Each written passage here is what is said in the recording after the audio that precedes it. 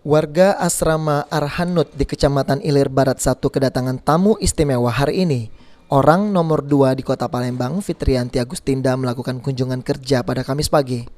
Dalam kunjungannya didampingi dinas terkait lainnya, Fitriyanti Agustinda menyerap aspirasi warga di asrama Arhanud seperti persoalan infrastruktur jalan rusak, lampu jalan, serta penebangan pohon.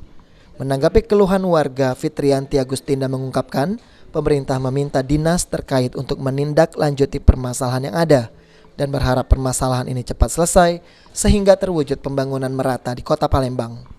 Ya, sesuai dengan apa yang saya sampaikan tadi, kemarin kita kan ada kunjungan bertemu dengan RT RW di Kelurahan Sering Agung, dan memang tersampaikan juga melalui Ketua RT yang kebetulan memang TNI, mereka menyampaikan ada beberapa kebutuhan dan kita mengunjungi hari ini melihat secara langsung apa yang bisa dilakukan oleh pemerintah kota. Jadi sudah tersampaikan kawan-kawan yang ada di sini di TNI membutuhkan seperti lampu jalan ya, dan juga ada perbaikan jalan dan sebagainya. Tentu harapan kita dari aspirasi yang sudah tersampaikan, kita bisa mewujudkan hal-hal yang ingin diimpikan oleh kawan-kawan, terutama mengenai lampu jalan dan juga jalan.